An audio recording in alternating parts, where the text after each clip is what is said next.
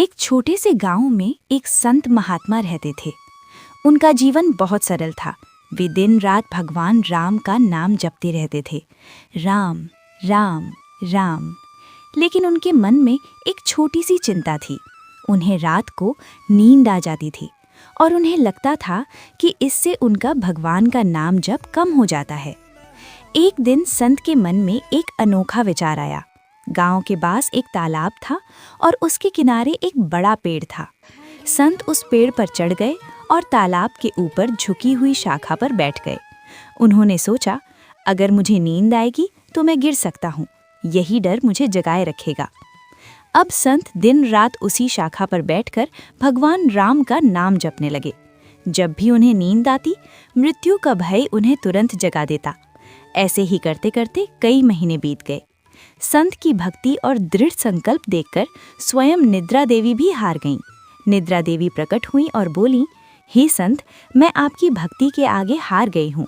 आज से आपको जीवन में कभी नींद नहीं आएगी। एक दिन भगवान श्री राम ने सोचा, क्यों ना इस सच्चे भक्त की परीक्षा ली जाए। भगवान श्री राम और माता सीता किसान और उसकी पत्नी का रूप धारण करके वहां पहुंचे। उनके हाथ में घी से बना सुगंधित चूरमा था।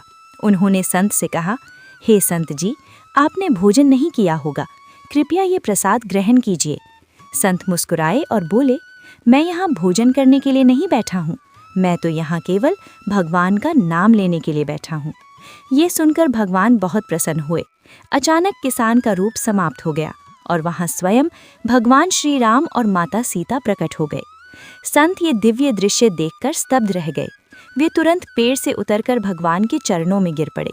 उनकी आंखों से आनंद के आंसू बहने लगे। भगवान श्री राम ने संत को उठाकर कहा, जो भक्त सच्चे प्रेम से मेरा नाम जपते हैं, मैं उनके दर्शन के लिए स्वयं आता हूँ। कहानी की शिक्षा, सच्ची भक्ति में दृढ़ निश्चय और समर्पण होना चाहिए। जो भक्त पूरे विश्वास से भगवान का नाम लेते हैं, भगवान हमेशा उनके साथ रहते हैं। जय सीताराम जी।